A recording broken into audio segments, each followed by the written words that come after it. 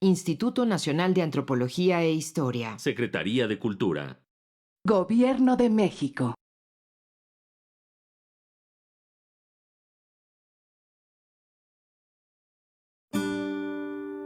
Su sustancia está hecha de evocación, recuerdo, rememoración y de lo que toma del porvenir.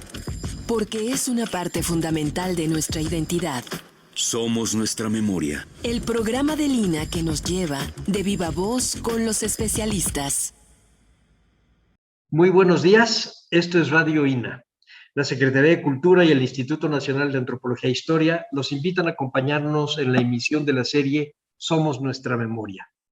Yo soy Salvador Rueda y en esta ocasión contamos con la presencia de Rafael Tena, investigador de la Dirección de Etnohistoria del Instituto Nacional de Antropología e Historia. Pero además déjenme decirles, si hay alguien sabio en el ambiente de los investigadores en el INA, es Rafael Tena. Es un polígrafo completo, que lo mismo hace traducciones del náhuatl, que prepara ediciones de crónicas del 16 y que hace estudios sobre la Biblia. En fin, es un polígrafo de esos que se dan una vez cada generación. Así que, Rafael Tena, bienvenido. Es un privilegio tenerte aquí. Muchas gracias, buenas tardes. Vamos a hablar de un tema que conoces perfectamente bien al derecho y al revés, aunque nos vamos a centrar en una de las obras de este personaje, que es don Domingo Francisco de San Antón Muñón Chimalpain Cuautleguanitzin, conocido por casi todo el mundo como Chimalpain o como Domingo Chimalpain, el cronista chalca, que escribió las relaciones de Amecameca y que fue uno de los historiadores indígenas del siglo XVII, pero en esta ocasión vamos a hablar de algo muy particular, que es el diario de Chimalpain, es decir, aquellas notas que al parecer escribió para sí mismo, o cuando menos las escribió con un tono distinto a las otras. Rafa, platícanos primero quién fue Chimalpain. Francisco Domingo de San Antón Muñón Chimalpain Cuautleguanitzin, como se autonombraba él, nació en Amecameca, o en el barrio de Zacualtitlan, Tenanco, en 1579. Y desde muy niño, por ser descendiente de familia noble, lo mandaron a la Ciudad de México para que se educara. Como en sus obras nunca utiliza palabras en latín y una vez incluso para traducir la palabra olimpiada, él piensa que se deriva del verbo limpiar y entonces lo traduce como nechipahualistli. Eso nos dice que no sabía latín, por lo tanto no estuvo en el colegio de la Santa Cruz de Tlatelolco.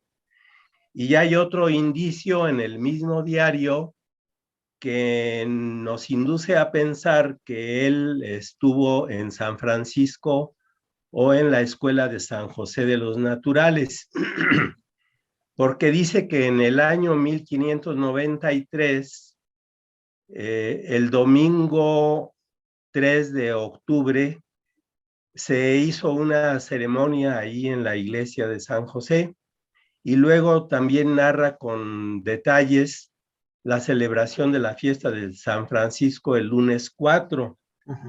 Y el lunes 5 dice que en ese día él entró a servir en la iglesia y casa de San Antonio Abad en Xoloco.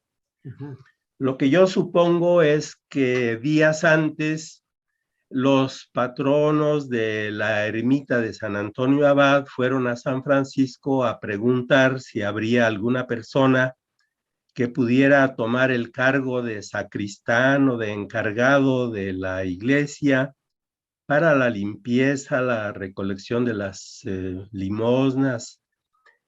y le dijeron que sí, que había un muchacho muy responsable, inteligente, diligente, que podía asumir esa tarea, pero le han de haber dicho a Domingo Chimalpain que se esperara a que pasara la fiesta de San Francisco, y una vez pasada la fiesta de San Francisco, ya podía él ir a tomar posesión de su nuevo encargo. Yo así es como reconstruyo los hechos. Allí, pues, pasó prácticamente el resto de su vida. Hacia el año 1623-24, cuando murió Fray Agustín del Espíritu Santo, que era el encargado de la iglesia, se suscitaron algunas diferencias porque él pertenecía a la familia de los patronos de la ermita y tenía 2 hermanos agustinos que vivían ahí cerca. Entonces, cuando murió Fray Agustín del Espíritu Santo, sus hermanos quisieron tomar posesión de la iglesia de San Antón, y los del arzobispado se lo impidieron, e incluso intervino la audiencia para desalojarlos. Susan Schroeder supone que a raíz de ese incidente, Chimalpain volvió a Chalco, pero yo sostengo que como Chimalpain, según aparece en sus escritos, era una persona ecuánime y razonable, moderada, pues debe haber esperado a que se resolviera el asunto, que finalmente no era de su incumbencia, y una vez resuelto ese asunto, pues él continuó prestando ahí sus servicios. Boban dice que Chimalpain murió en 1660. Yo no sé de dónde tomó ese dato, y me parece un poco excesivo porque la última fecha que Chimalpain cita en sus obras es el año de 1631. Y lo que dice Sigüenza es que aunque Chimalpain vivió más tiempo, él no encontró más papeles suyos pertenecientes a esos asuntos, y todo cuanto allí se contiene es la pura verdad. Yo pienso entonces que con hacerlo vivir hasta 1650 es más que suficiente, o sea, porque no tenemos noticias o escritos suyos de los últimos 19 años. Hay otro detalle también, y es que Chimalpain e Ixtlilxóchitl, Fernando de Alba Ixtlilxóchitl, eran muy contemporáneos, porque Ixtlilxóchitl nació en 1578 y Chimalpain en 1579. Entonces, si Ixtlilxóchitl murió en 1650, pues podemos creer o tomar como probable que también Chimalpain haya muerto por esas fechas, puesto que no tenemos noticias suyas acerca de los últimos años de su vida. Sí, déjame, te interrumpo tantito. Vamos a regresar un poco a Chimalpain, escritor, pero primero decirle a nuestro auditorio que se va Chimalpain a vivir, dicen los que lo habían estudiado, creo que tú no estás tan de acuerdo, que fue como donado a la ermita de San Antonio Abad, y esta ermita de San Antonio Abad es la que está ahora cerca de la calzada de Tlalpan, donde está el metro San Antonio Abad. Es decir, Chimalpain vivió en las orillas de la ciudad y pudo ser testigo de muchísimas de las cosas que estaban pasando ahí, pero además de tener interlocución intelectual con otros nahuatlatos y probablemente con algunos estudiosos o incluso sabios religiosos españoles, porque sí tiene muy claro también los eventos que pasan en otras partes del mundo y su metodología, no solo para el diario, sino para sus relaciones, tienen que ver con una manera de escritura muy de la época. ¿Estarías de acuerdo, Rafa? Sí, ahí en San Antón, parece que por algunos años iba los domingos a decir misa el jesuita Juan de Tovar. Ah, Entonces es probable que hayan platicado largamente acerca de muchos asuntos que a ambos les interesaban. También San Antonio Abad, pues no está muy lejos de donde estaban las instalaciones de la antigua universidad. Y en su primera relación, Chimalpain cita a muchos autores latinos, españoles, que probablemente no citó en sus obras originales, sino en los compendios que se hacían en aquella época para ponerlo a disposición de un público amplio. Él era muy observador y tomó nota de las cosas que sucedían en el barrio, en la ciudad. Algunas las presenció personalmente, otras se las deben haber contado, pero estaba muy cerca de los hechos. Y fue el primer escrito en el que él se ocupó, el diario. Probablemente lo hizo a partir del año 1606, en que murió su padre, Juan Agustín Ispitzin, y él le dejó algunos escritos que había heredado principalmente de su suegro, del suegro del padre de Chimalpain, porque Chimalpain era noble por ambas ramas, por parte de su padre y principalmente por parte de su madre. Al morir su padre en el año 1606 y heredar estos documentos, Chimalpain, además de reflexionar sobre la fugacidad de la vida y del tiempo, pues debe haber sentido la necesidad de conservar esos recuerdos de su familia, de su pueblo, y lo hizo precisamente en náhuatl, aunque sabía un poco de español. Lo hizo principalmente el náhuatl porque sus escritos dirigidos a sus connacionales, a sus conciudadanos de allá de Amecameca y en general a los indígenas.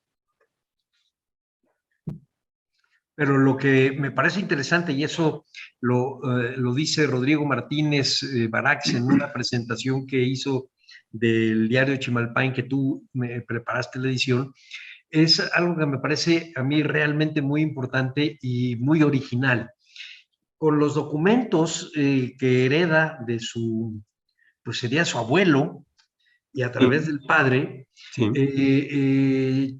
Chimalpain relaciona, leyendo a Enrico Martínez, incluso sin mencionarlo, sin citarlo, pero relaciona la historia local de los Chalcas y Mecameca con la historia universal. Yo pienso que ese fue un trabajo intelectual, no sé qué tanto lo pensó, pero realmente lo volvió tan eficaz que Sigüenza y Góngora se da cuenta perfectamente bien de eso y atesora los manuscritos de Chimalpain.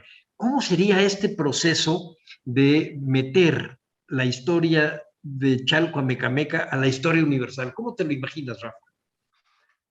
Efectivamente, en ese mismo año de 1606 en que muere su padre, salió la edición del Repertorio de los Tiempos de Enrico Martínez, y que es una especie de almanaque, de resumen de la historia, de listas de gobernantes, etcétera. Y también da algunos datos o noticias de tipo científico, como los eclipses y demás. Entonces, yo creo que Chimalpain se sintió impresionado por estos hechos y en cierta forma él quiso hacer para los indígenas lo que Enrico Martínez había hecho con su repertorio para los españoles. También cita a Fray Juan Bautista Viseo, que también en ese mismo año de 1606 publicó su sermonario en mexicano, o sea, en náhuatl. Y lo cita principalmente cuando relata un eclipse total de sol que hubo en el año, me parece, de 1611. O sea que Chimalpain estaba muy al tanto, muy al día en cuestión de bibliografías, porque leía los libros que estaban saliendo en ese año. Y tenía que resolver un problema, porque si en el mundo occidental, en Europa, Asia, África, se sabía que Dios había creado el mundo y al hombre, y después del pecado original había venido Jesucristo a redimir a todos los hombres del mundo, había la duda de si los indígenas estaban incluidos en esa historia de creación, pecado y redención, o eran un mundo aparte, porque además pues también tenían su historia civil independiente que habían llevado por muchos siglos sin conocer a los europeos. Cuando llegaron los españoles, los europeos, en 1519 aquí a México, pues eso representó un cataclismo, porque eran cosas desconcertantes, no sabían cómo mirar al otro, cómo interpretarlo, cómo conocerlo, si había que compartir o cada uno tenía que hacer su vida. Finalmente, pues militarmente los españoles lograron conquistar e imponer sus instituciones. Y ahí es donde entra esta labor de Chimalpain, entre otros, de relacionar las dos historias, las civiles, y al hacerlo, pues también implícitamente están incrustando la historia indígena en el plan salvífico universal. En algún lugar de su diario, Chimalpain dice precisamente eso, que aunque seamos diferentes y hablemos lenguas diferentes y vivamos en lugares distantes, todos somos hijos de Adán y de Eva, y todos hemos sido creados por Dios, e incluso va más allá, porque dice que así como Dios a muchos los hizo nobles en Europa, también en América y concretamente aquí, a algunos los hizo nobles como él precisamente se sentía, aunque las noblezas eran diferentes, pero podían aspirar a ocupar el mismo rango. Y de eso tratan tanto el diario como las relaciones de ambas cosas. Pero hay una diferencia que tú por ahí nos has manejado en tus textos y en tus pláticas. ¿Qué diferencia habría y cuántas son las relaciones y cuál es el diario? Bueno, las relaciones están contenidas en un manuscrito que se conserva en la Biblioteca Nacional de Francia. Es el manuscrito mexicano número 74. No tiene un título, bueno, es un libro extenso porque son 272 folios. Multiplicado por 2, pues son 544 páginas.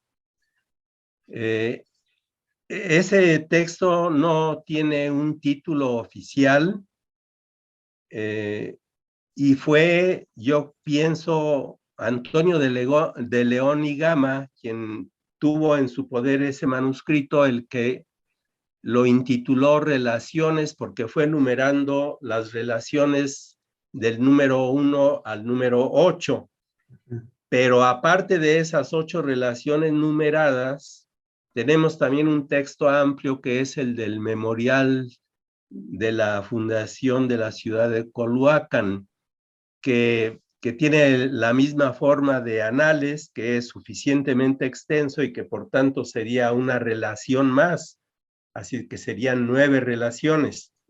También desde muy al principio hubo allí 2 inserciones en los años de 1665 y 1667, ocupan una paginita o 2 nada más, y están fechados en Chalco, lo cual quiere decir que para esas fechas, en 1665 y 67, ese libro de las relaciones se había ido o mudado de San Antonio Abad a Mecameca. Y pues esto es más o menos más o menos 2 décadas después de la muerte de Chimalpain. Sí. Después también encontramos, porque el que lo descubrió fue Luis Reyes, en la colección antigua del Archivo Histórico de la Biblioteca Nacional de Antropología e Historia, él encontró un manuscrito que estudió y publicó en parte, con el título de un nuevo escrito de Chimalpain en 1971 en los anales del Instituto Nacional de Antropología e Historia.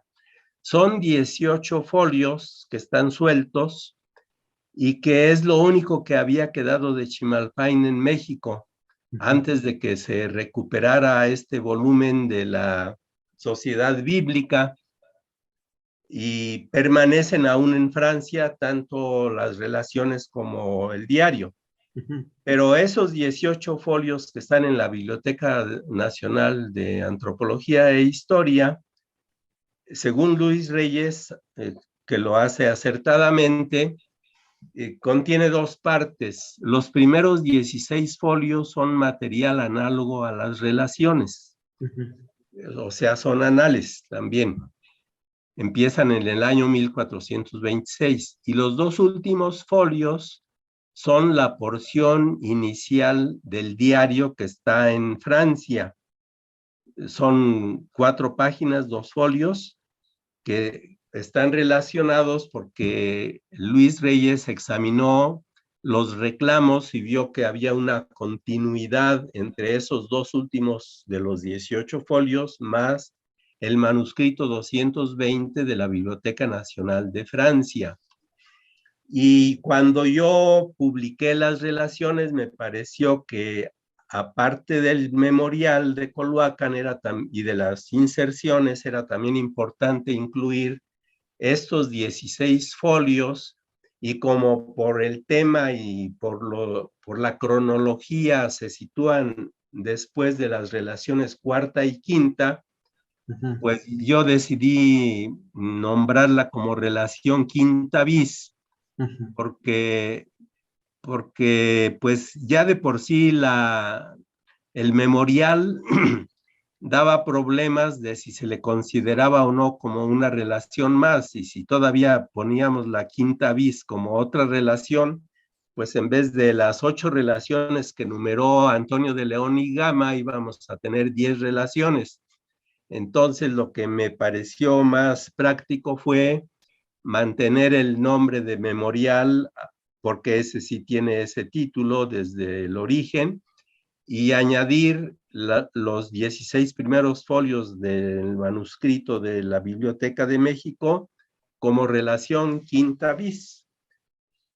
Y después el diario, que incluso Chimalpain lo empezó a escribir antes de sus relaciones, empiezan el diario con estos 2 folios del manuscrito de México, en el año 1577, o sea, 2 años antes del nacimiento de Chimalpain. Obviamente él no fue testigo de esos acontecimientos, se documentó. Es probable que desde joven haya tomado algunas notas y que esas notas sumadas a los escritos que le dejó su padre, pues lo hayan motivado para escribir primeramente el diario, que empieza en 1577, con esos 2 últimos folios del manuscrito de la biblioteca. Después él empezó a escribir lo siguiente y coincide en mucho con la parte final de la séptima relación. Y así se va pues hasta el año 1608, en que se supone que está escribiendo y aprovecha para hacer un resumen de toda la historia prehispánica desde los inicios conocidos. Cuando yo preparé la edición de las relaciones, tenía pensado poner en un apéndice ese resumen de la historia prehispánica que Chimalpain anota al final del año 1608 de su diario. Pero como ya era muy abundante el material y se requerían 2 volúmenes, pues decidí dejar fuera ese resumen, ya no ponerlo como apéndice, sino en todo caso tomarlo como un nuevo proyecto y hacer una publicación especial sobre el diario. Sí. El cual, pues, empieza, como ya dijimos, en 1577 y termina abruptamente en el año de 1615. No sabemos por qué dejó Chimalpain de escribir su diario. Todos estamos sorprendidos por esa ruptura abrupta y porque después ya nunca lo vuelve a mencionar. Tal vez una razón fue que decidió empezar el trabajo de las relaciones. Y yo también sospecho, no sé si estoy en lo correcto, que aunque nunca se citan o se nombran el uno al otro, Ixtlilxóchitl y Chimalpain se conocieron porque aparte de ser contemporáneos tenían los mismos intereses. Y en una ocasión Ixtlilxóchitl tuvo que ir a fungir como juez en Tlalmanalco, que estaba muy cerca de Amecameca. Entonces yo creo que no solamente se conocieron, sino que incluso fueron amigos, aunque no se mencionen, no se nombren en sus escritos. Y yo siento que Chimalpain le regaló su diario a Alba Ixtlilxóchitl porque creo descubrir en algunos márgenes unas notas o glosas manuscritas que me parece que están en la letra de Fernando de Alba Ixtlilxóchitl. También debemos recordar que Fernando de Alba Ixtlilxóchitl, además de los cargos que ocupó,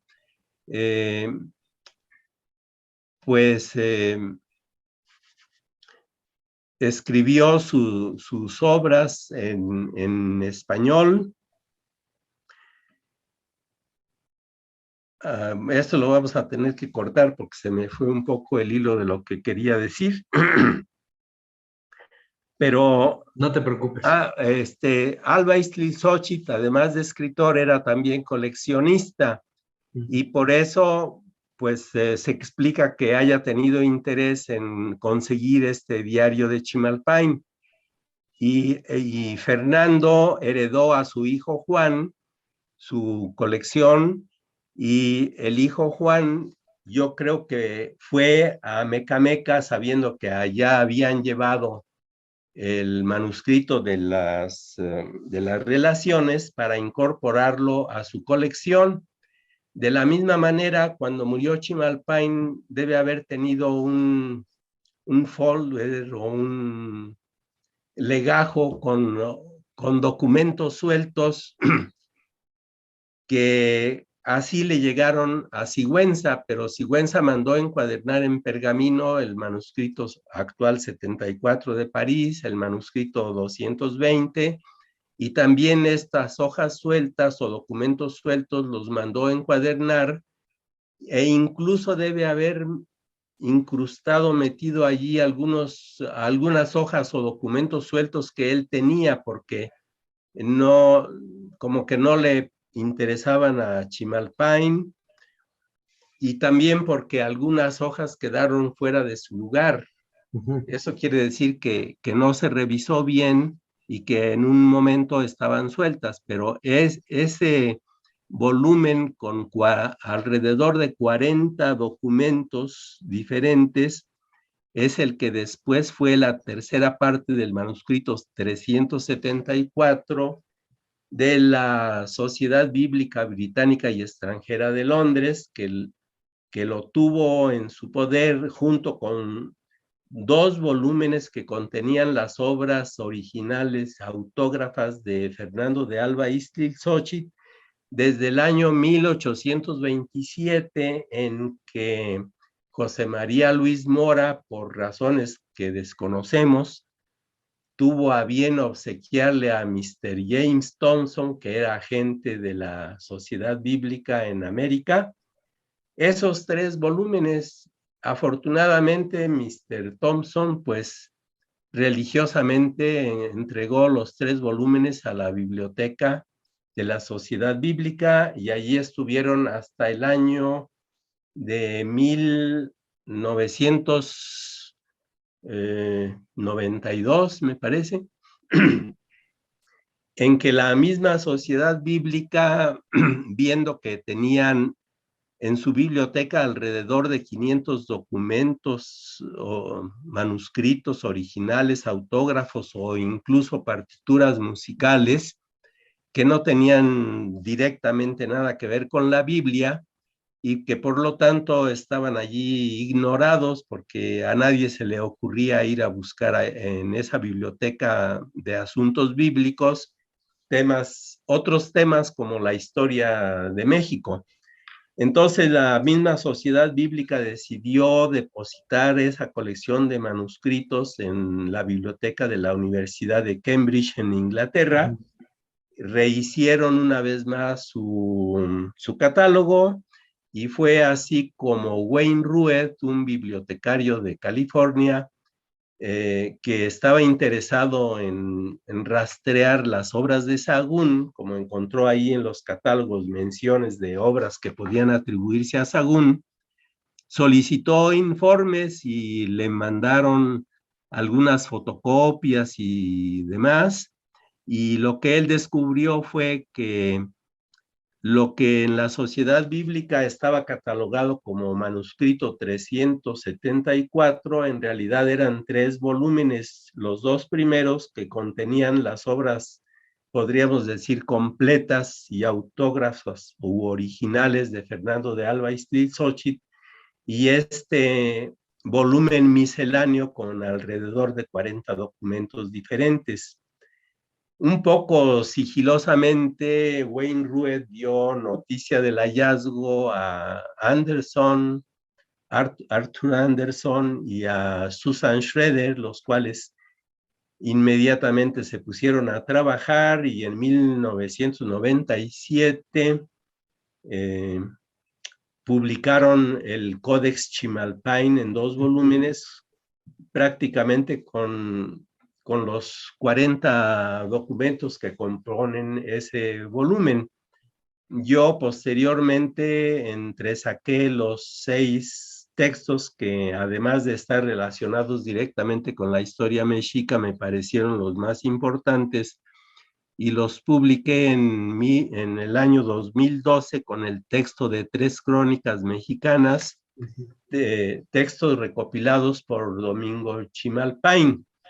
El principal, el más completo y el más hermoso de esos 6 documentos es sin duda la Crónica Mexicayot, que aunque está en la letra de Chimalpain, sabemos que su autor fue Hernando Alvarado Tezosomoc. Así que tenemos que tanto Hernando Alvarado Tezosomoc como Chimalpain, cada uno de ellos escribió 2 crónicas mexicanas, una en náhuatl y una en español. Las dos crónicas mexicanas de Chimalpain pues son más bien breves en comparación con las de Alvarado, que son muy extensas, pero las cuatro son igualmente valiosas. Pero a ver, Rafa, fíjate, llegan de todos modos este volumen, estos manuscritos de Fernando de Alba y de Chimalpain a México. Si no estoy yo equivocado, en el 2014. Exactamente. Y dan pie a una exposición magnífica que es la exposición de códices mexicanos, cosa que es inusitada en nuestro medio.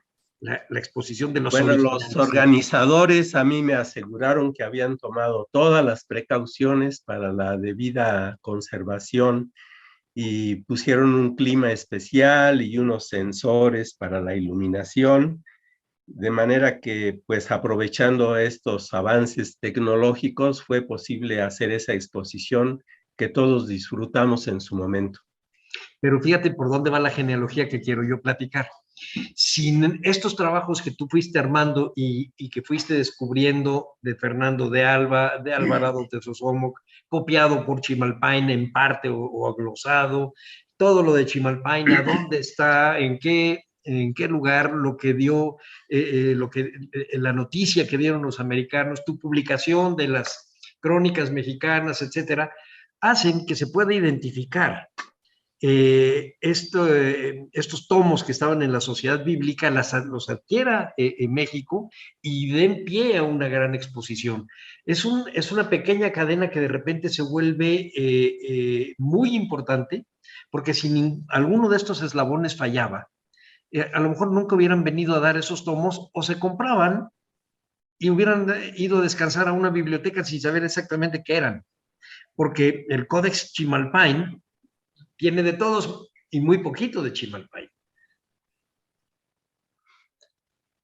Sí, yo lo que acostumbro decir es que para el conocimiento y la difusión de los escritos de Chimalpain se dio una especie de maduración a largo plazo, porque primero los escribió Chimalpain, le regaló a Fernando de Alba el diario, conservó las relaciones y los manuscritos sueltos, se murió, se llevaron esos manuscritos sueltos y las relaciones a Mecameca, allá las fue a rescatar Juan de Alba, el hijo de Fernando.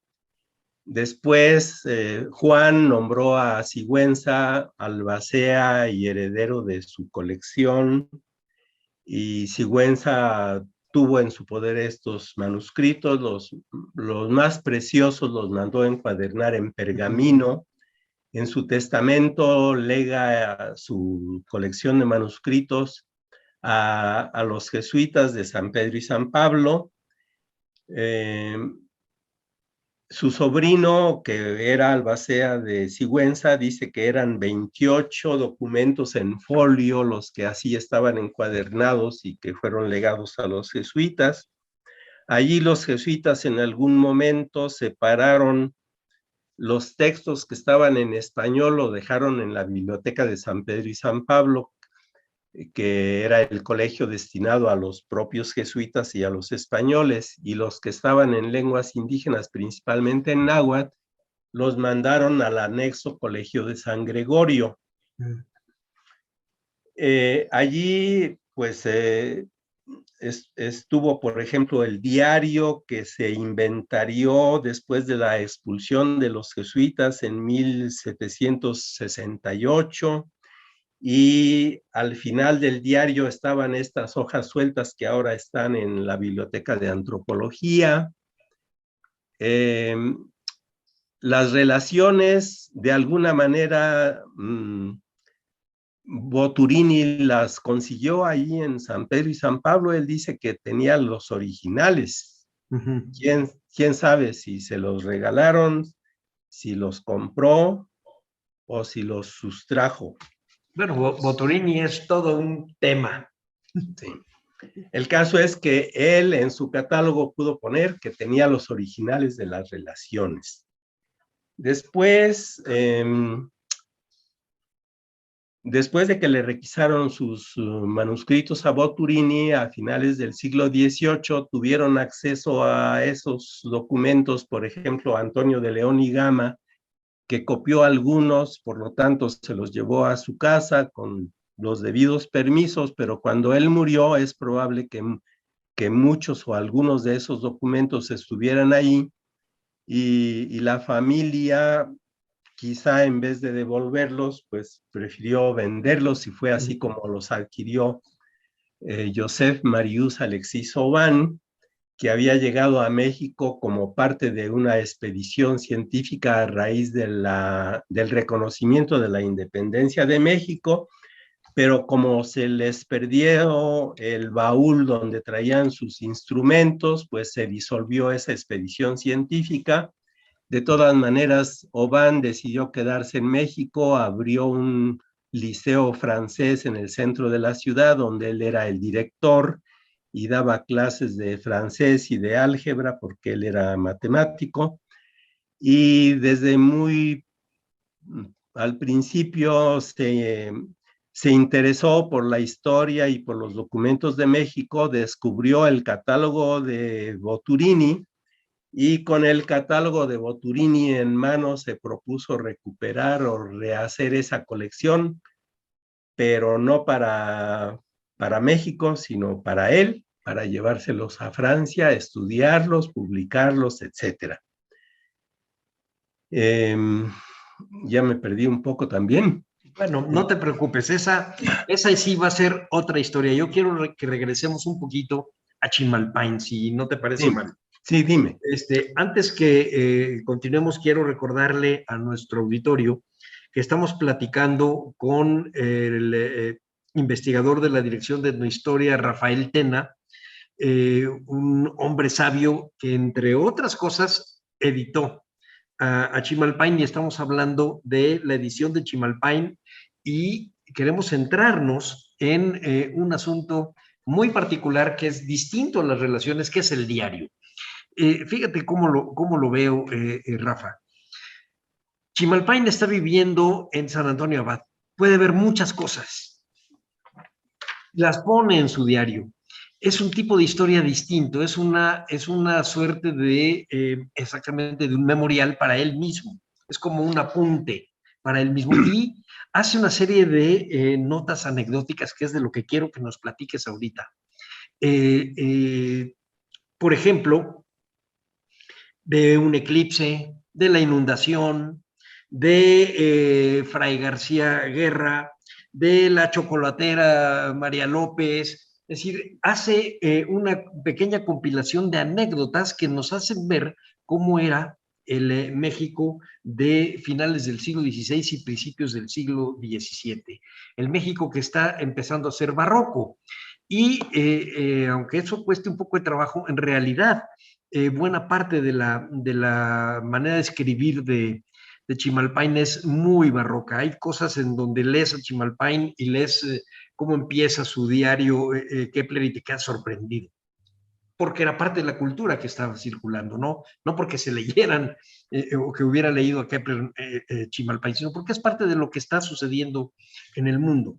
Y entre estas cosas, el diario trae una serie de anécdotas que él atestigua o que ve de cerca.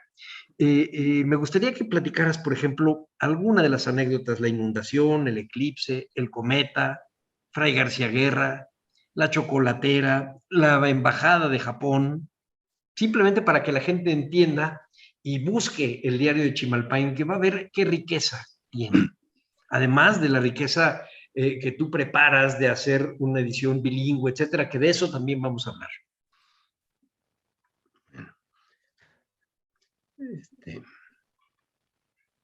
El diario de Chimalpain, aunque se escribió antes de las relaciones, en realidad es como una especie de continuación de las relaciones, porque mantiene el formato de anales, que era de origen prehispánico.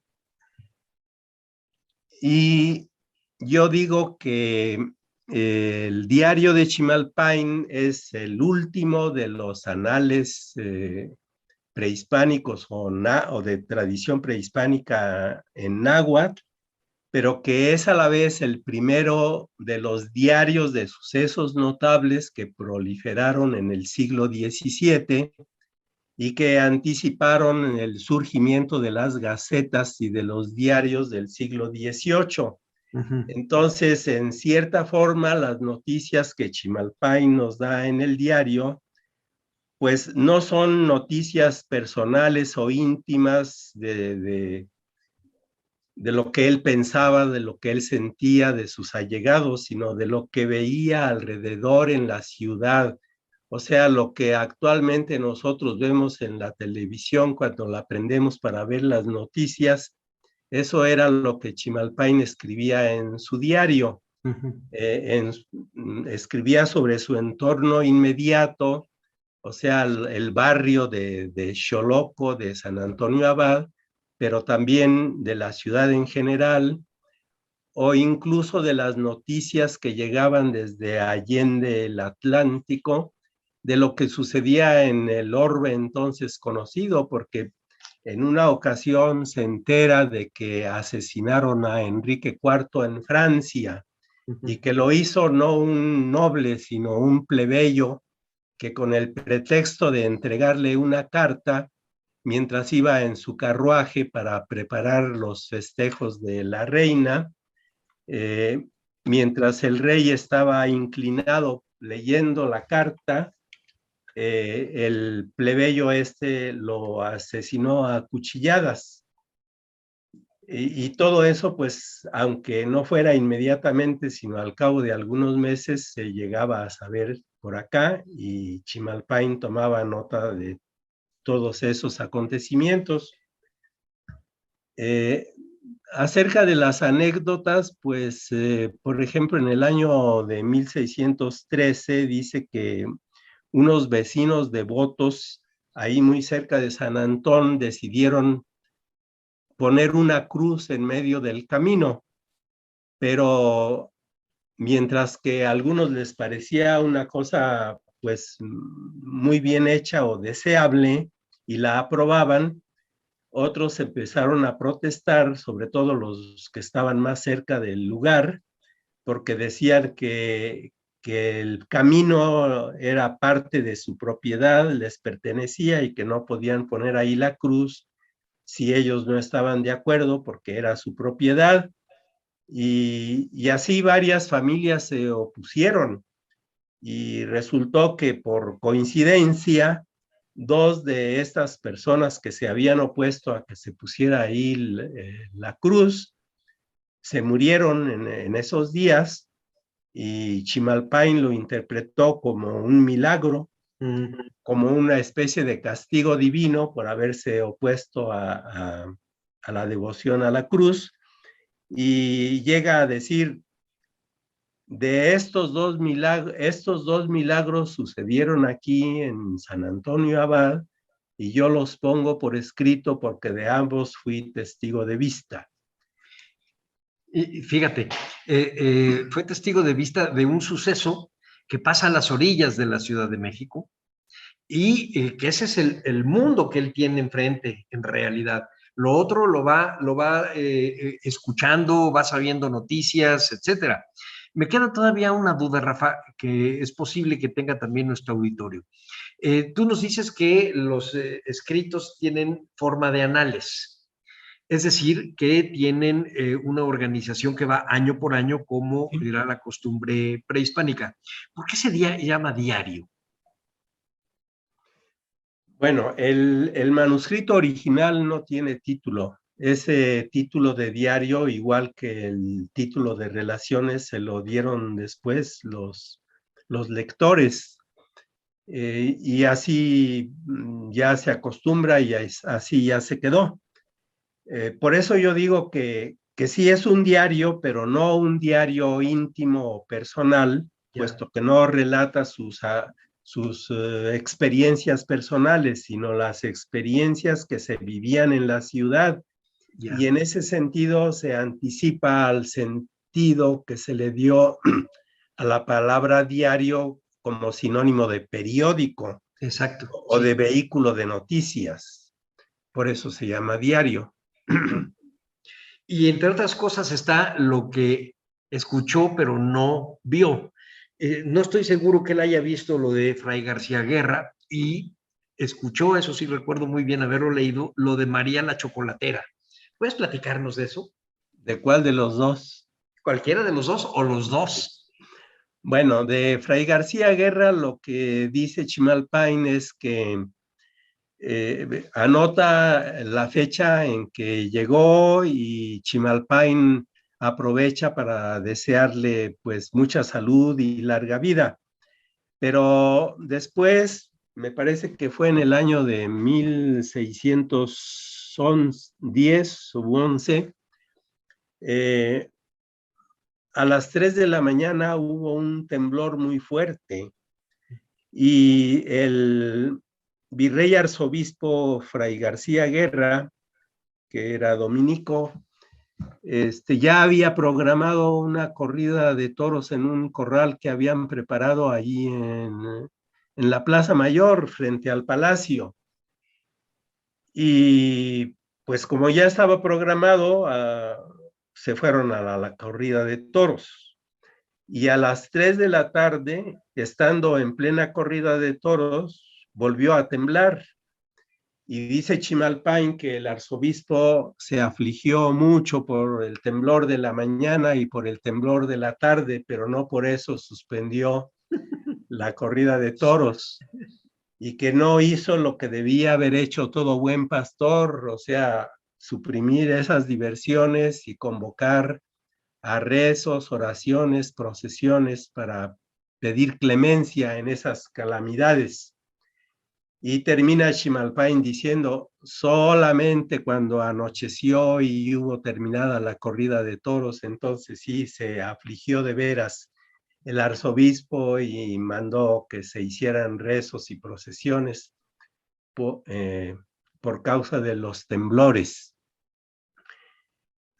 Al año siguiente o un par de años después murió Fray García Guerra de una postema en el costado, y según las malas lenguas de la época fueron los médicos los que lo mataron porque no lo supieron atender, pero se le hizo un sepelio muy concurrido, solemne, una especie de procesión que Chimalpain describe con lujo de detalles, incluyendo las pequeñas discusiones que hubo acerca de quién debía ir antes o después en la procesión entre las órdenes religiosas y todos los que se dieron ahí cita.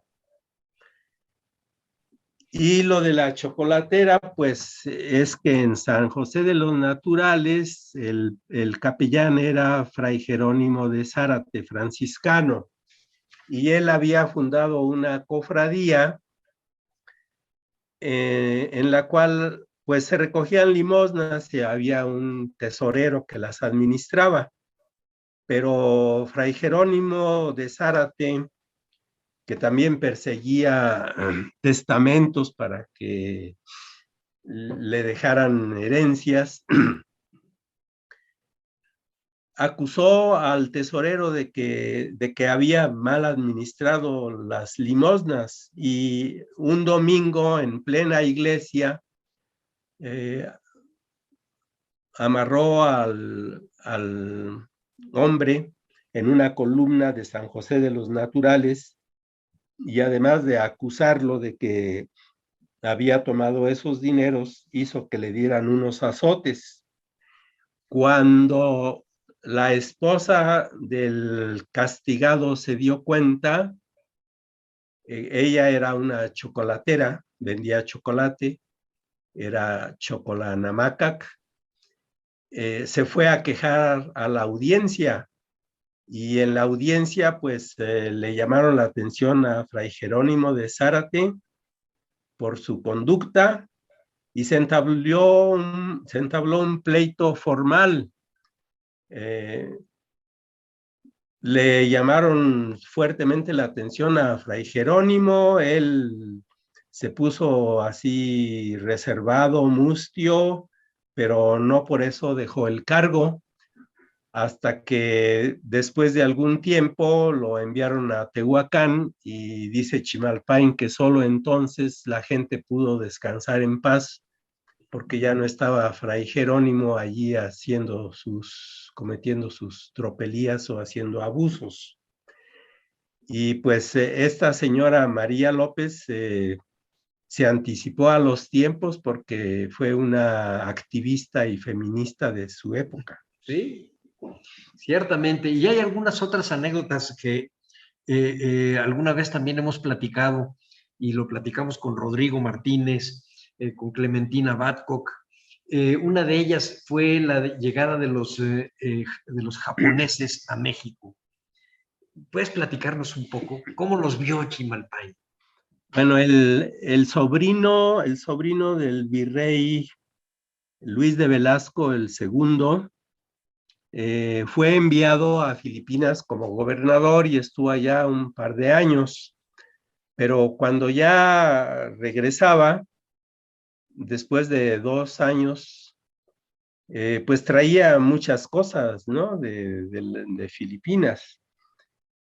Pero su navío fue azotado en el mar por una tempestad que los obligó a echar todo el cargamento al agua, y aún así no lograron salvarse, sino que la tempestad los arrojó a las costas de Japón.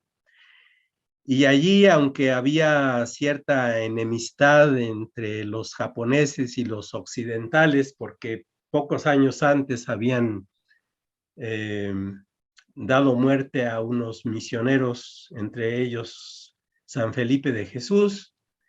Sin embargo, el shogun o el emperador de Japón acogió benévolamente a Rodrigo de Viveros y pues lo alimentó durante un tiempo, le facilitó la manera de embarcarse nuevamente, supongo que no hasta México, sino a Filipinas, y le prestó mucho dinero para que volviera a comprar los bienes que había perdido en el mar. Por esa razón, en el año de 1609, cuando se suponía que tenía que llegar el navío, lo fueron a esperar a Acapulco y no llegó. Entonces supusieron que, como en otras ocasiones había ocurrido, pues también a ellos los había azotado una tempestad en el mar y lo dieron por muerto. Pero al año siguiente regresó Rodrigo de Viveros, acompañado por 20 japoneses, y Chimalpain anota que quizá una de las razones de que vinieran acompañándolo estos 20 japoneses era porque le habían hecho ese préstamo, entonces venían como una especie de garantía para que se pagara el préstamo. Rodrigo de Viveros se adelantó y los japoneses se quedaron en Acapulco, pero a los pocos días entraron a México y pues lo hicieron en una forma muy solemne, porque el virrey mandó a un fraile que había venido también de Japón y que conocía la lengua y servía como intérprete, a un oidor y a los coches del virrey o del virreinato.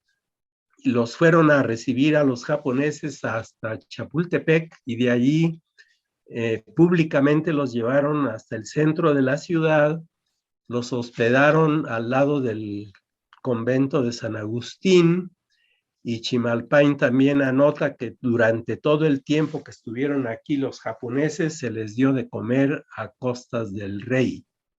O sea que fueron muy bien atendidos. Estaban iniciando unas relaciones como para entablar comercio pacífico. Chimalpain dice que la mayoría eran paganos, pero que había algunos que o ya eran cristianos o simpatizaban con el cristianismo, entre ellos el embajador o el jefe de la comitiva, pues se hizo bautizar aquí y tomó el nombre de Don Alonso. Y así regresó a Japón ya con vestimentas europeas y no a su manera de vestir.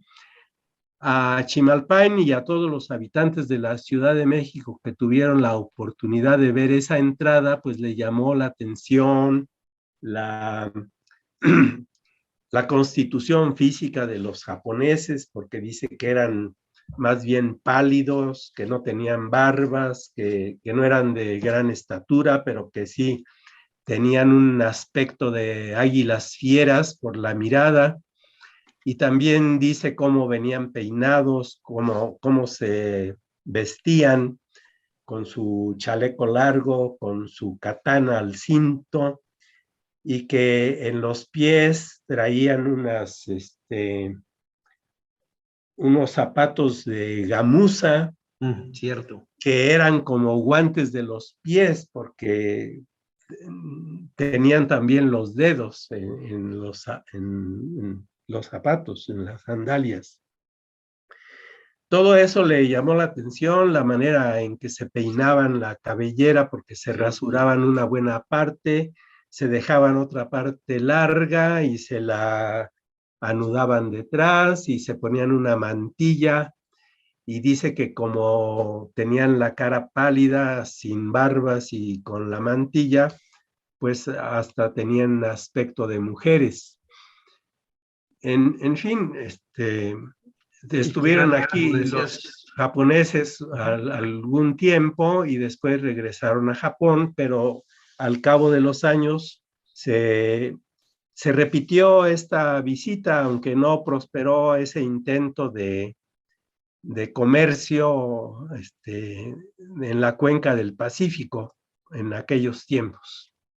Sí, pero sí sería, digamos, la primera embajada japonesa que llega a México y que busca llegar con el rey. Algunos se bautizan, otros esperan a estar en Europa para bautizarse. Sí. Y sí fue un intento muy interesante si estamos pensando que son los inicios del siglo XVII. Sí, sí. Vamos a cambiar un poquito ahorita el tema, Rafa. Nos lo cuentas muy sabroso, pero a la hora de trabajar eso, del náhuatl al español, ¿cómo le hiciste? Porque no tenías el documento en la mano. Platícanos cómo es el proceso de hacer este tipo de traducciones, de transferencia, de revisar, de cotejar. ¿Cómo es tu trabajo con textos como estos de Chimalpain? Bueno, yo empecé a trabajar en estos textos en los años 90. El original de las relaciones, como ya dijimos, está en Francia y también el del diario. Pero de las relaciones en los años de 1949 a 52, Ernst Mengin había publicado en Copenhague 3 volúmenes con el facsimilar de ese manuscrito. Y en la Biblioteca de Antropología hay 2 de esos 3 volúmenes. Después descubrimos que también había otro ejemplar completo entre los libros de Alfonso Caso. Pero al segundo volumen, al ejemplar de Caso, le falta el último folio. Y también le falta el último folio al ejemplar que fue de Garibay y que estaba en el fondo reservado de la Universidad en San Agustín. En el manuscrito en el ejemplar del Instituto de Investigaciones Históricas, no sé si está completo o también le falta ese folio. De cualquier modo, además de utilizar el facsimilar publicado por Mengin, me conseguí también un microfilme del manuscrito que me facilitó amablemente el doctor Marc Touvenot, Y lo mismo hice después con el diario, porque del diario no existe una edición facsimilar como la que hay de las relaciones. Entonces el diario tuve que trabajarlo a partir del microfilme. A mí se me facilita más a partir del microfilme en unas máquinas ya antiguas, pero muy buenas, que existen, imprimir los textos y trabajar con los textos impresos. Y lo mismo hice con el manuscrito de la Sociedad Bíblica, que estaba en Cambridge. Yo conseguí un microfilme, imprimí los folios y con esos trabajé, sin imaginar nunca que años después ese manuscrito regresaría a México para quedarse aquí definitivamente. Luego, para la traducción, pues yo me di cuenta de que en algunos puntos de sus relaciones o del diario, Chimalpain incluye los mismos párrafos tanto en náhuatl como en español, como si él se estuviera traduciendo a sí mismo. Lo que no sé es si primero escribió el texto en náhuatl y se tradujo al español, o primero escribió el texto en español y se tradujo al náhuatl. De cualquier modo, ahí podemos ver cuál era la manera en que él se autotraducía. Y yo pensé que una buena manera de traducir sería tratando de ajustarse a ese mismo estilo. Entonces, deliberadamente me propuse imitar el estilo de Chimalpain cuando se autotraduce, para que mis traducciones fueran como si Chimalpain hubiera escrito sus obras tanto en náhuatl como en español. Y al hacer esto de querer traducir a la manera en que se hablaba el español, por lo menos aquí en México a principios del siglo XVII, pues vino a coincidir con que en España, en esa misma época, Cervantes estaba escribiendo su Quijote en la misma lengua y un poco de la misma manera. Bueno, ahí estamos viendo cómo hay un episodio civilizatorio, no necesariamente que tuviera concomitancia, es simplemente, aunque suene muy raro, un espíritu de la época. Pero el trabajo que tú haces, Rafa, además es de editor. No solo hiciste la traducción, hiciste que el lector de tus libros, de tus trabajos, tenga en sus manos el correspondiente castellano y náhuatl. Es decir, cuidaste además de la factura de los libros. Sí, sí, desde el principio fue una de mis preocupaciones que el número de párrafos fuera el mismo. Donde empieza un párrafo en náhuatl, empieza también un párrafo en español. Entonces, a la hora de publicarlos enfrentados, yo solicité a los impresores que igualaran las primeras líneas de los párrafos, independientemente de si quedaba un espacio en blanco. También nos dimos cuenta de que el texto español, por ser más conciso, era menos extenso que el texto náhuatl. Entonces, para no dejar espacios demasiado grandes en blanco, lo que ideamos fue reducir el ancho de la caja del texto español, y lo que ganamos de margen lo pusimos en el margen interno para que fuera más fácil al abrir el libro la lectura también. Ya. Y aparte de los textos propiamente dichos, pues también hay siempre una introducción, bueno, hay un epígrafe, hay una introducción, hay una bibliografía y al final un glosario y dos índices, uno de antropónimos y otro de topónimos para facilitar la búsqueda.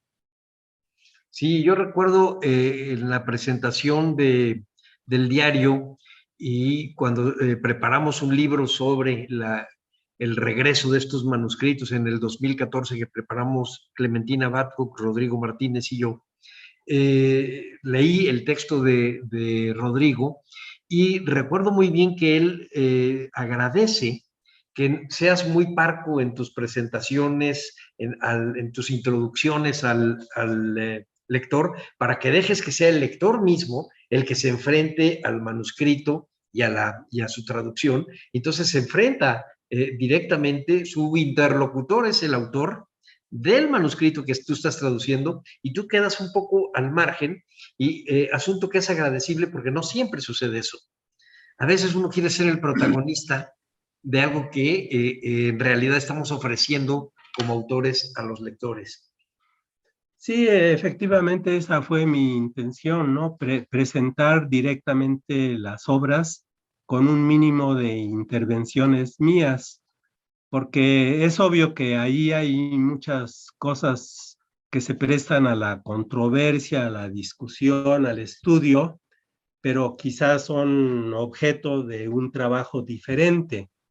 Además, de por sí, estas obras ya resultan un poco voluminosas, porque rondan las 500 páginas en el impreso, y entonces si se hubieran agregado introducciones muy amplias o discusiones acerca de detalles, pues se habrían multiplicado los volúmenes, y pues yo me siento más a gusto así como lo hice. Claro, porque haces libros que son para trabajarlos y no para guardarlos en la biblioteca como si fuera nada más una colección de eruditos, cosa que se agradece. Yo estaría de acuerdo con Rodrigo en agradecer eso. Se nos vino el tiempo encima, Rafa. Me gustaría que nos ofrezcas, primero que nos platiques dónde están tus obras, estas obras sobre Chimalpain, nos digas a los que te estamos escuchando cómo conseguirlas, cómo podemos acercarnos a leer eso, y algunas otras en donde hablen de tus trabajos, algo que nos puedas ofrecer a los que apenas estamos acercándonos a Chimalpain o a la literatura náhuatl de fines del 15, perdón, de fines del 16, principios del 17.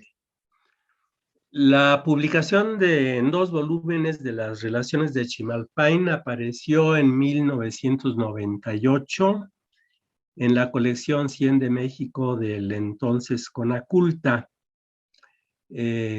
Casualmente me preguntaron que qué fecha quería yo que se pusiera en el colofón, y les dije, pues la mejor fecha que pueden poner es el 3 de agosto de 1998, porque ese día se cumplen 100 años de que ese manuscrito entró a formar oficialmente parte de la Biblioteca Nacional de Francia. Eso ocurrió el 3 de agosto de 1898. Se hicieron 3,000 ejemplares, se agotaron, me pidieron la anuencia para hacer una segunda reimpresión de otros 3,000 ejemplares que salieron, me parece, en el año 2003. Me parece que están agotados esos 6,000 ejemplares. El diario salió en el año de 2001 y está más agotado que las relaciones, y ese no se reeditó. Entonces, desgraciadamente, mientras no se reediten o mientras no se suban a la red, pues la única manera de consultar estos libros es en las bibliotecas. El volumen sobre 3 crónicas mexicanas, textos recopilados por Domingo Chimalpain, que es la culminación de la obra o de las principales o de las obras completas de Chimalpain, data del año 2012, entonces ese es más fácil de conseguir. Y bueno, otros libros que también salieron en la colección 100 de México, pues son Mitos e historias de los antiguos nahuas, que comprende la historia de los mexicanos por sus pinturas, la Histoire du Mexique y la leyenda de los soles. También de esta obra se hicieron 2 reimpresiones o ediciones. Se publicó también los Anales de Tlatelolco, los Anales de Cuautitlán, y En el INA pues se han publicado el Códice Oban, que por un malentendido pues no se pudo vender, pero se ha estado distribuyendo gratuitamente a los interesados. Me parece que nada más se hicieron 1000 ejemplares. De la misma manera, acaba de salir la tira de la peregrinación, de la cual se hicieron 700 ejemplares. Se va a presentar el día 6 de octubre en la Feria Internacional del Libro de Antropología e Historia en el Museo. Y pues tengo también algunos textos en coautoría, por ejemplo, con Ana Rita Valero de García Lascurain.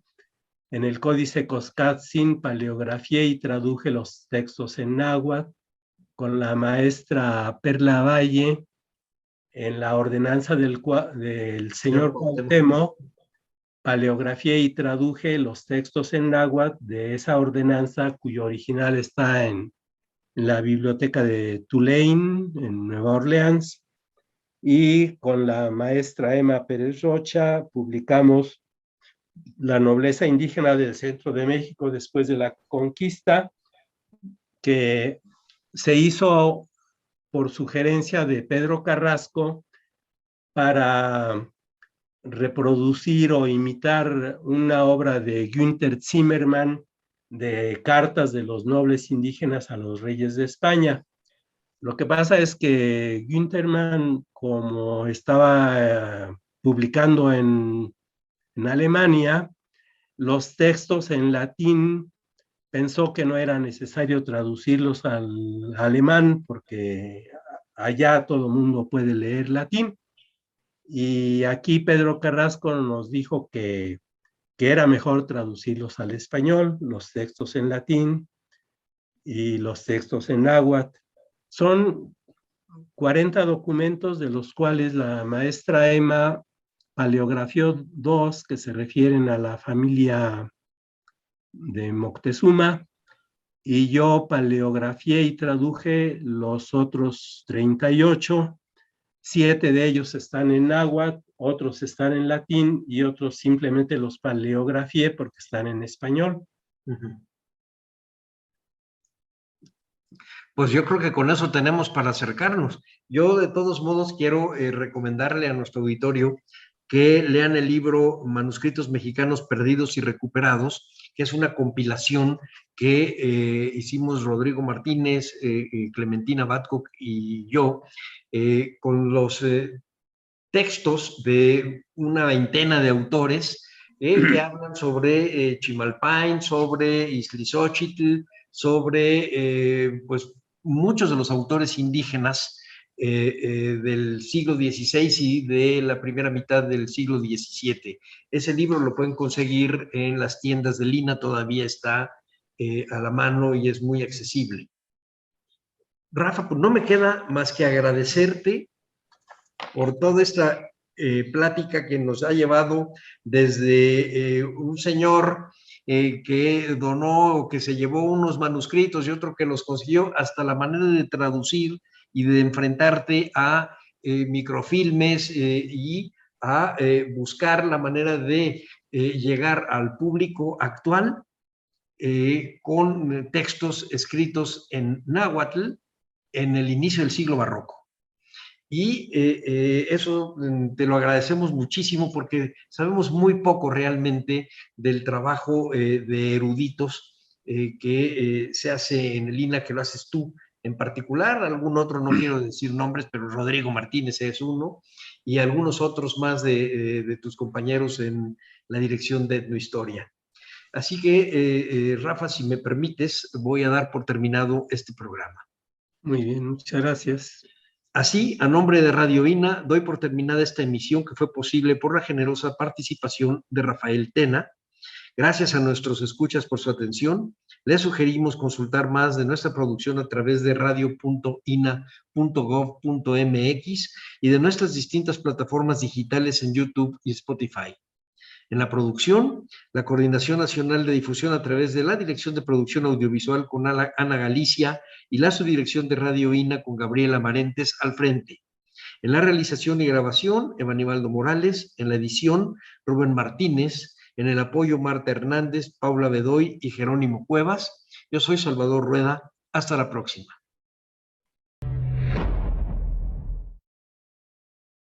Las opiniones y comentarios aquí expresados son de entera responsabilidad de quienes proporcionan la información y no representan necesariamente las opiniones de Radio INA ni comprometen el pensamiento editorial del Instituto Nacional de Antropología e Historia. Instituto Nacional de Antropología e Historia. Secretaría de Cultura. Gobierno de México.